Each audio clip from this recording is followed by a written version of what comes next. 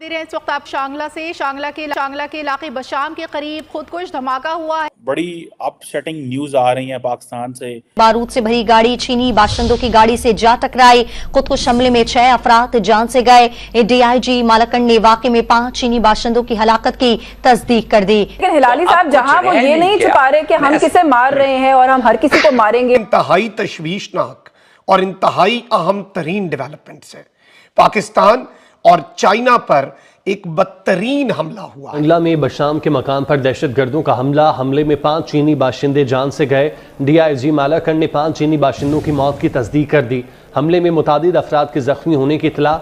हमलावरों ने बारूद से भरी गाड़ी मुसाफिरों की गाड़ी से टकराई।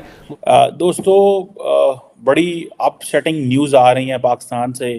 कहा जा रहा है कि 5 चाइनीज जो हैं वो मारे हैं। खैबर पख्तूनख्वा का एक इलाका है शांगला, वहां पे। Our top focus from Pakistan, at least 5 Chinese nationals have been killed in a suicide attack in Khyber Pakhtunkhwa province. अब माहौल बन गया है, ये जो बगाड़ पैदा हो गया, जिस तरह की लड़ाई शुरू हो गई है, अब इसका कोई हल भी आपने निकालना है या नहीं निकालना। क्योंकि एक तरफ आपको दुनिया, अब रोजाना की बुनियाद पे दुनिया को जो खबरें पाकिस्तान के हवाले से पढ़ने को मिल रही है, वो खबर क्या मिल रही है। चाइनीज फॉरेन मिनिस्टर ये फरमा रहे हैं नाजरीन, वो कह रहे हैं कि पाकिस्तान के अंदरूनी और बैरूनी जो चैलेंजेस हैं, मसाइल हैं, उसके लिए हम उम्मीद करते हैं कि पाकिस्तान के अंदर सियासी इत्तेफाक राय, पॉलिटिकल कंसेंसस पैदा किया जाए।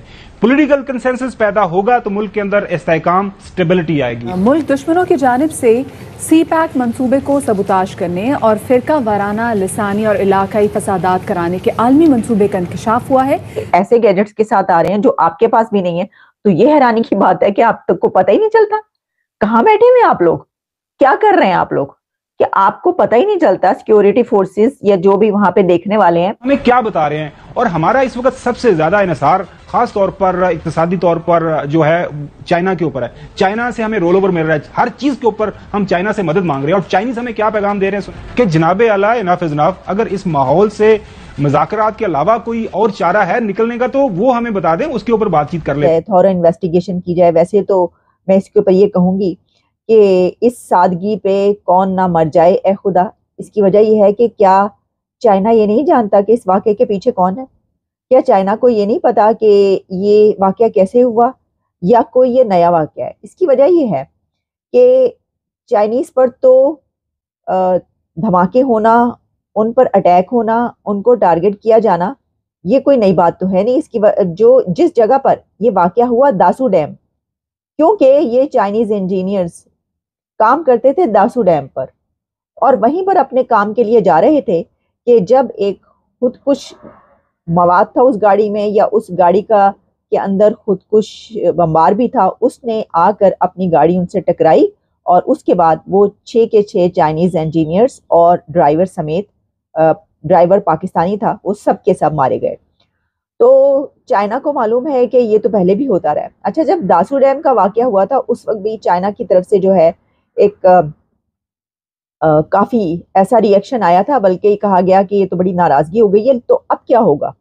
इसकी वजह ये है कि इस वक्त चाइना पाकिस्तान में, ख़ास तौर पर जब हम बलूचिस्तान की गवादर की बात करते हैं तो वहाँ पर उनके चाइनीज़ इंजीनियर्स बड़ी तादाद में काम कर रहे हैं और आए दिन उनके ऊपर हमले होते रहते हैं।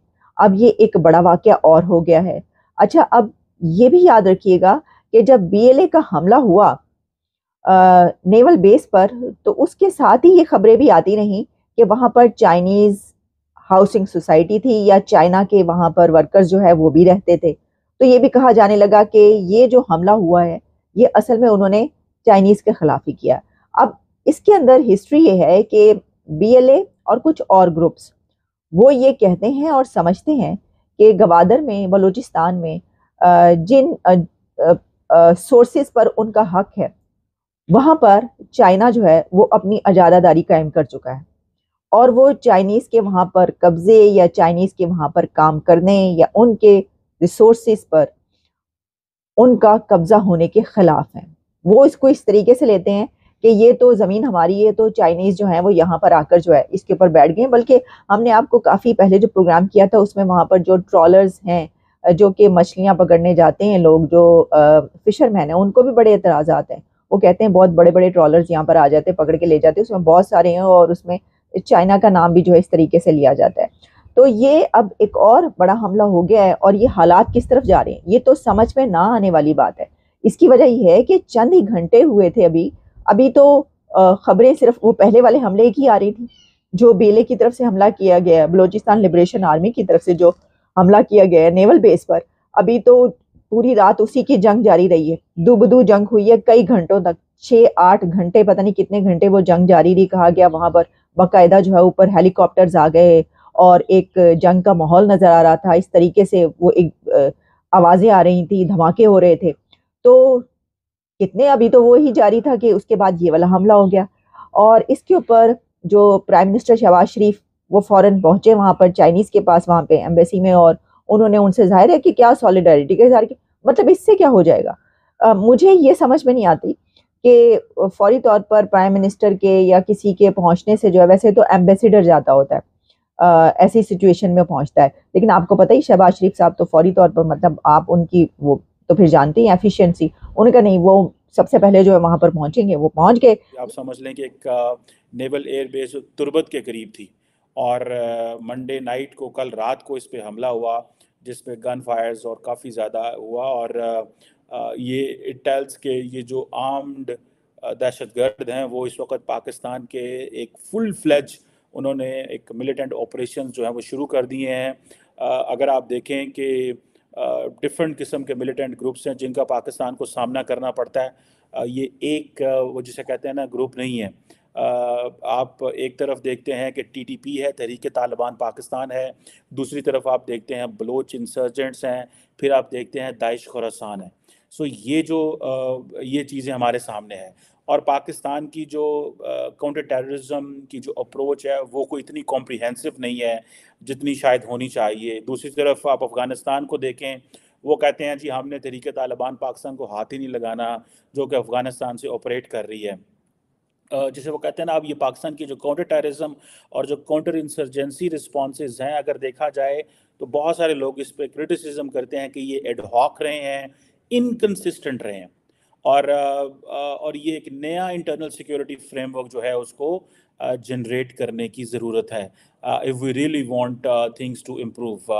اگر آپ دیکھیں کہ یہ جو آپ ان کو دو حصوں میں تقسیم کر سکتے ہیں دہشت گرد جماعتوں کو.